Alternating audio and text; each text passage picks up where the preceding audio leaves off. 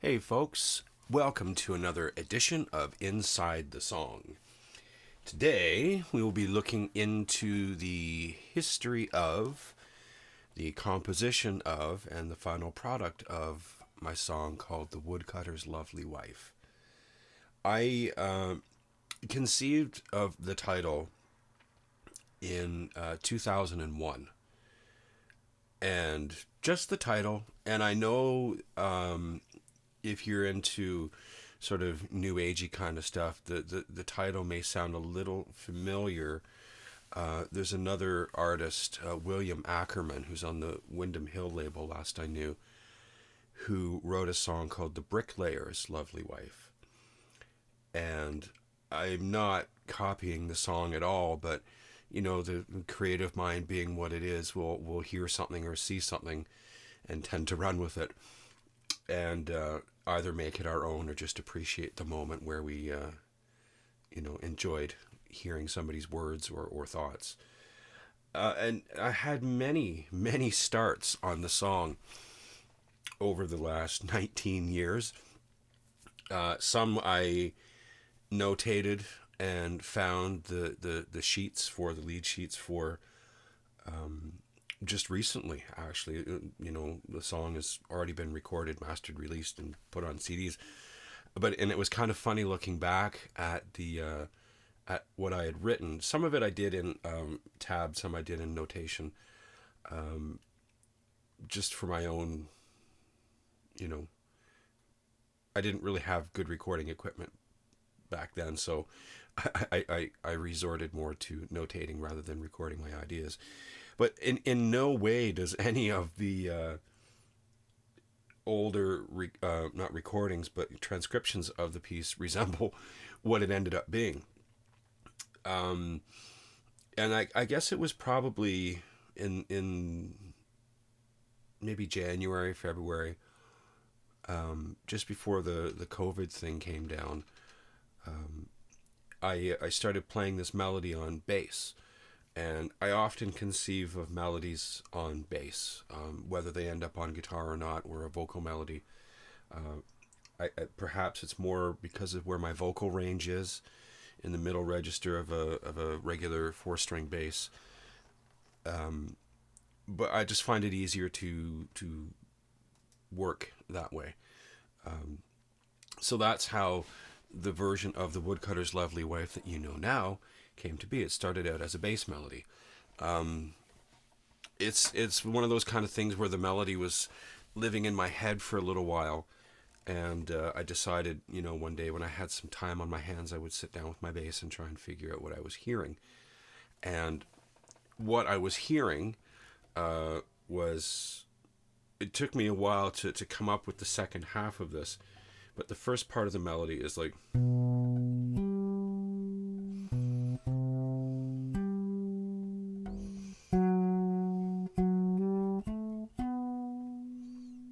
and the repeat.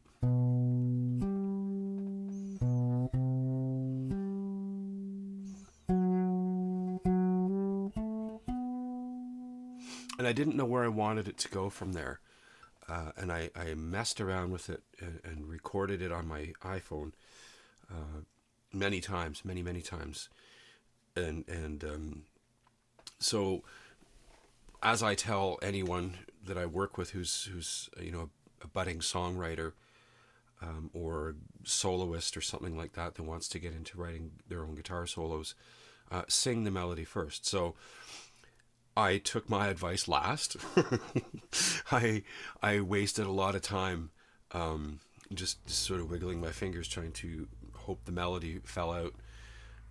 And instead I sang it.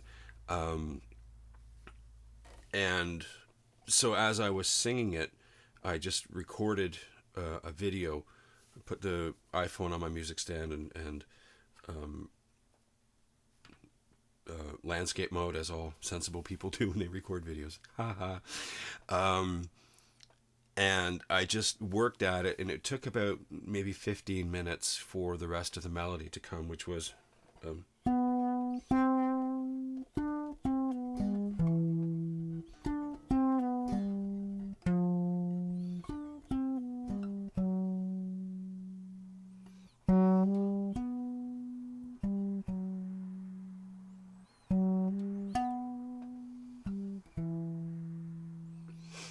and then I thought, hey, I really like the sound of this. If I could get some maybe interesting chorus effect on the bass, it would be quite pleasing to my ear anyways. So I started to go, all right, so I got to put some chords around this. So it starts out with a basic, root fifth, and becomes the E minor with the G on top. And I always like the tension of notes in melodies where one note will carry over and mean something to the next chord. So it starts out with the E minor, becomes A minor 7, and then the F sharp. Next, I was debating between trying to go B7 or something like that, but I ended up going with just a D, so it's a D and an F sharp. And then I thought, no, it's too dark to end it on the E minor again. So I ended up going, so it's E minor, A minor 7 to D, and turned it into a G chord. And so I was liking the way this was going. And then it goes back up to A minor,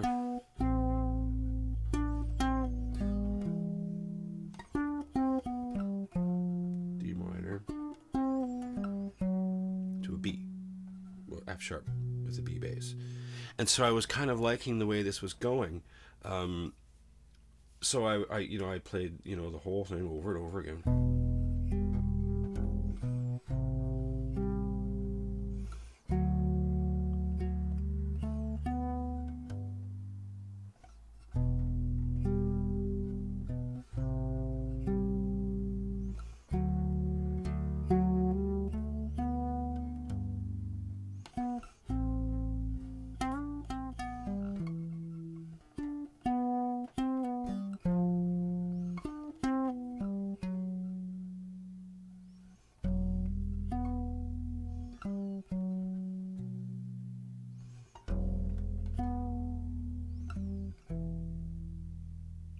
But the more I played it, I started to find that it just didn't feel like it should be completely a bass song. And in the Woodcutter's Lovely Wife recorded version that you've heard, there is a predominantly, the first two solos belong to the bass.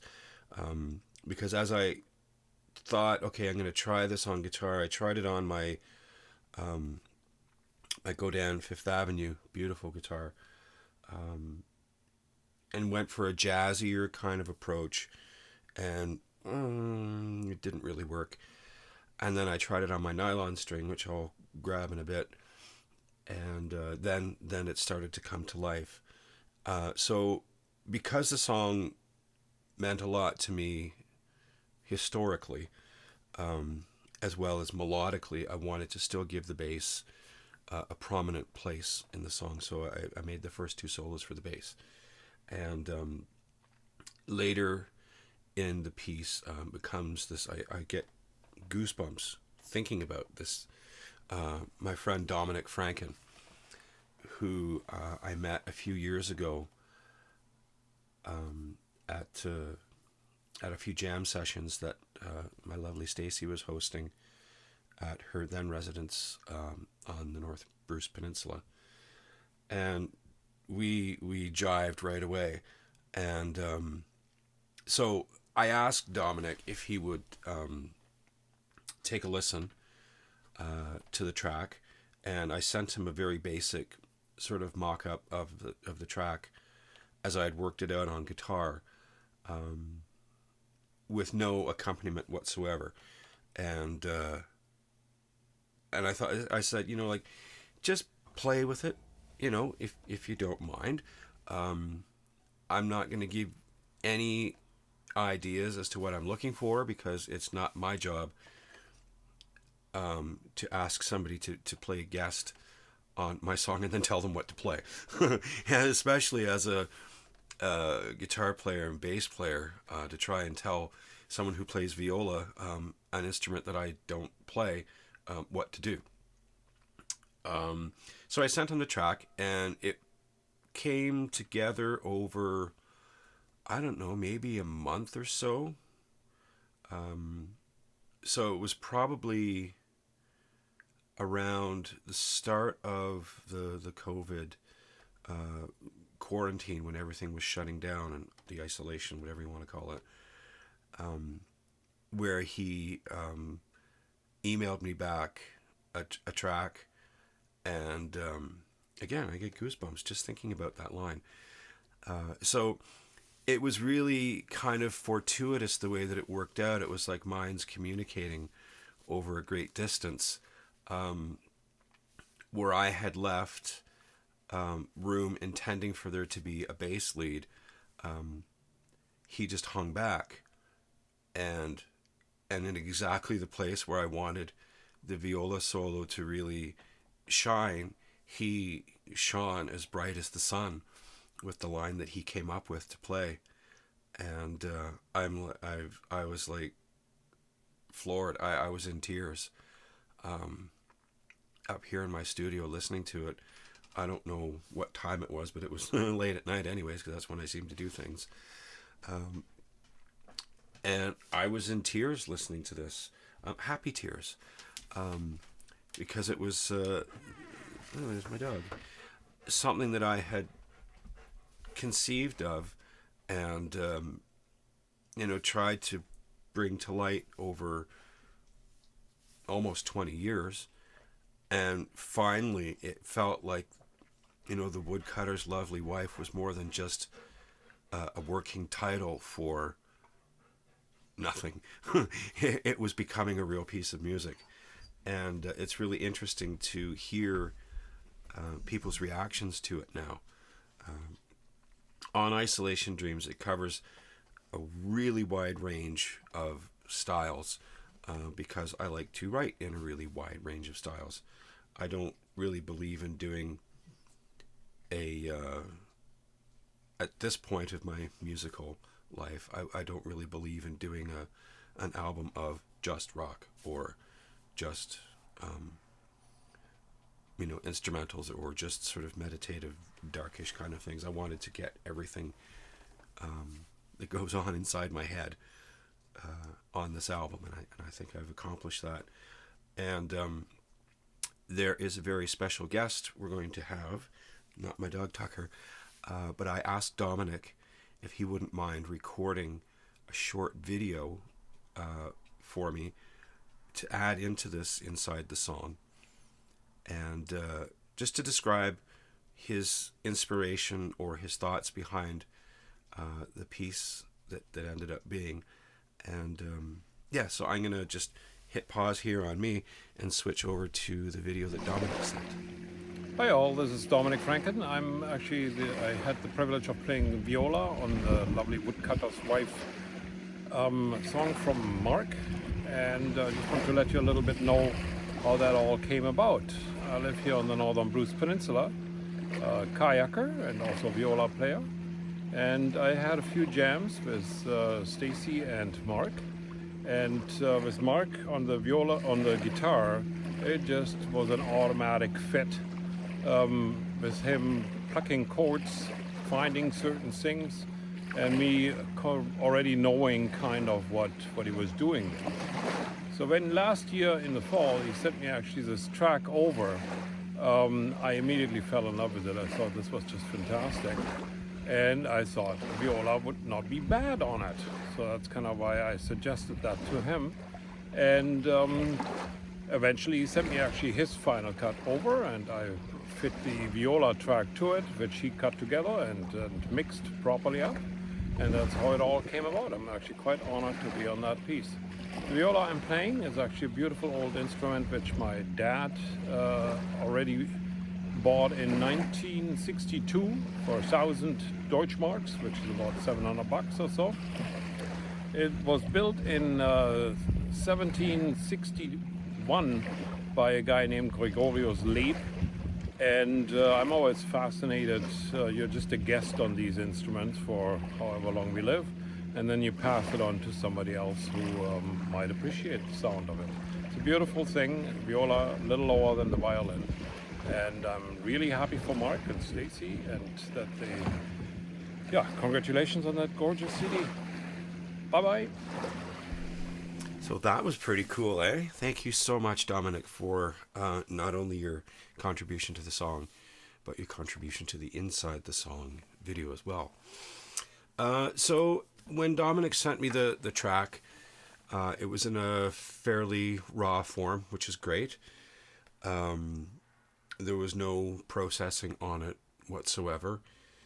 The only thing I believe that I did to his track was some slight compression, a little bit of EQ, and some lovely reverb from the Yamaha Corporation. I love their hall reverbs. It's just lovely. Yeah, so the guitar I ended up using on that was this lovely one here. It's a Yamaha NCX 700. And I recorded it as 2 tracks simultaneously. This has a really cool pickup blending system in it. As far as I know, it's just the one under saddle pickup.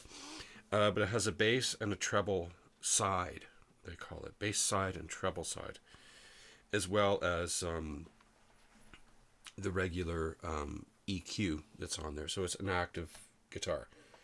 And it's really tough to find a nylon string guitar that still sounds like a nylon string guitar when you plug it in. And this one did beautifully. So when I recorded this one, like I said, I recorded 2 tracks simultaneously. One was the direct output, and the other one was a microphone. And I don't have, like super awesome mics, but I've got some good ones. And what I ended up using was a Shure Beta 57, which was kind of a unique thing. It's not what I think most people would gravitate towards to get a good acoustic, especially nylon string sound. But it was really, really nice. So I had the microphone was slightly off axis around the 12th fret, kind of down and at the guitar, kind of like coming at it this angle, right at this part of the guitar here. I didn't take any pictures, but it captured the sound, I think, quite nicely. And because it was fairly close to the guitar, I got a good bit of body resonance from it. That when I combined it with the EQ'd sound coming from the direct line, let me get some brilliance from the onboard pickups, and then the body sound from the microphone, and to me that really sounded nice to my ears. So yeah, it ended up being not entirely what I was planning for the song, given the sort of long history of having the working title, but I'm super proud of the way that it turned out. Just the bass I was playing on earlier is a Godin A4 SA, another incredible instrument from Godin. It's almost effortless to play, and on that bass track, there was the synth axis ability of this bass lets me plug into the GR55 that I was talking about on this Inside the Song previous to this, for If I Could, the song If I Could. There was nothing fancy done to anything on this song at all. I like the way that it's nice and plain that way. The only thing that would be fancy would be a I believe it's called a 3-phase chorus that I used on the bass. I love that sound, and I used it on most of the tracks on the album because I love the sound of it. And people might say, well, you're not supposed to use that same effect on different tracks. And it's like, well, I don't care. I like the sound. And the one of the intentions behind Isolation Dreams was to capture the variety of sounds and the variety of styles that I like to write in. I can do country or whatever. I can do, rock, or I love the sort of darker tones of instrumental, more meditative kind of pieces. And that's kind of where Crested Moon and the Woodcutter's Lovely Wife are. And it's been interesting to hear people's commentaries on them. There's been 3 songs that people have commented on the most, and Woodcutter's Lovely Wife is by far the one I get the most response from. Crested Moon and not some of the songs that I thought would be more engaging. The other third song is the Just Be Victory edit. But it's you write the songs and you record the songs and you do all your stuff, and then you put it out to the universe, so to speak, and hope for the best. And I like it when I get unexpected reactions from people on songs, because I don't sometimes I don't allow myself to fuss over things that I think should be on the CD. The recording and the production and the editing and the mixing are the way that I think they should be. But I don't want, like I said previously, I don't want to release just a rock album or whatever album. For me, an album should, especially in this one, is a collection of songs that are reflective of a very significant period of my life. And although I could have forced them all to be, rock songs or country sounding songs, I think it's cooler for me, and it's very cathartic for me as well, to not have to worry about that. I'm not a big commercial artist. I'm under no label or production obligations. So, like I was saying, it's like, for me, it's a bigger deal to release an album rather than, a single or so every 8 to 10 months or whatever. It's nice to look back at. It's nice to listen back to, and there's and other things that I've done before. I can listen back to them, and I listen back in horror now. I'm like, oh my God, what was I thinking with that sound? Or why didn't I EQ it that way? Or, this would have been better balanced differently. And it's like, I may go back and remix some of those things, like from my first album, Night Vision. If I do, I do. If I don't, I don't. I'm more concerned about what I'm going to do next rather than what I've already done in the past. The Woodcutter's Lovely Wife had a 19-year journey from the concept of just the title, and many incarnations that never came to fruition until the happy accident one day when I started playing a melody on bass that I had in my head, and worked it out. Ended up wanting to be on guitar, made it on guitar, and Dominic came on board, got some bass in there, and I'm really, really happy with it. And it's kind of, it's like after the fact kind of things. I always like to go back and make sure I remember how to play my own songs, which, when you get focused on new things, sometimes the things that you've already done get pushed to the back. And it's not like you totally forget how it sounds or anything. It's just the moves and the flow, the thought process that gets you through it. It's different than looking back at something that you drew, or sculpted, or whatever. I mean, that's a snapshot of a piece of time, and I don't think you'd really want to recreate it. But for the purposes of gigs and stuff like that, I have to be able to recreate my pieces, as does everybody else. And I think one of the coolest things is when you can rework a piece and deliver something different to a live audience. Not like hugely different, but a little bit different, so that if they know the piece, they can it'll draw them in. They hear something that they enjoy, that they can relate to, that has some resonance with them. You draw them in with the familiarity, and then you can give something different. And so in light of, maybe having a gig whenever this COVID thing is over, where I'm playing it solo, I actually came up with another section for it, for guitar, that's very different from the rest of the song. So I've done with all my other stuff, I've done little iPhone videos of it, to make sure I don't forget it. But if I would love to be able to perform this live with Dominic, but in the event that I don't want to just be sitting there playing the chords that he played his lovely melody over. So in the event of a live situation where I can play this, there's going to be a different section. Yay. Yeah, so that's the end of the story of the Woodcutter's lovely wife. I'm super happy that it finally came to fruition, and super happy with the results. Really, really encouraged and pleased with all the comments and feedback that I've heard on it, as well as the other songs.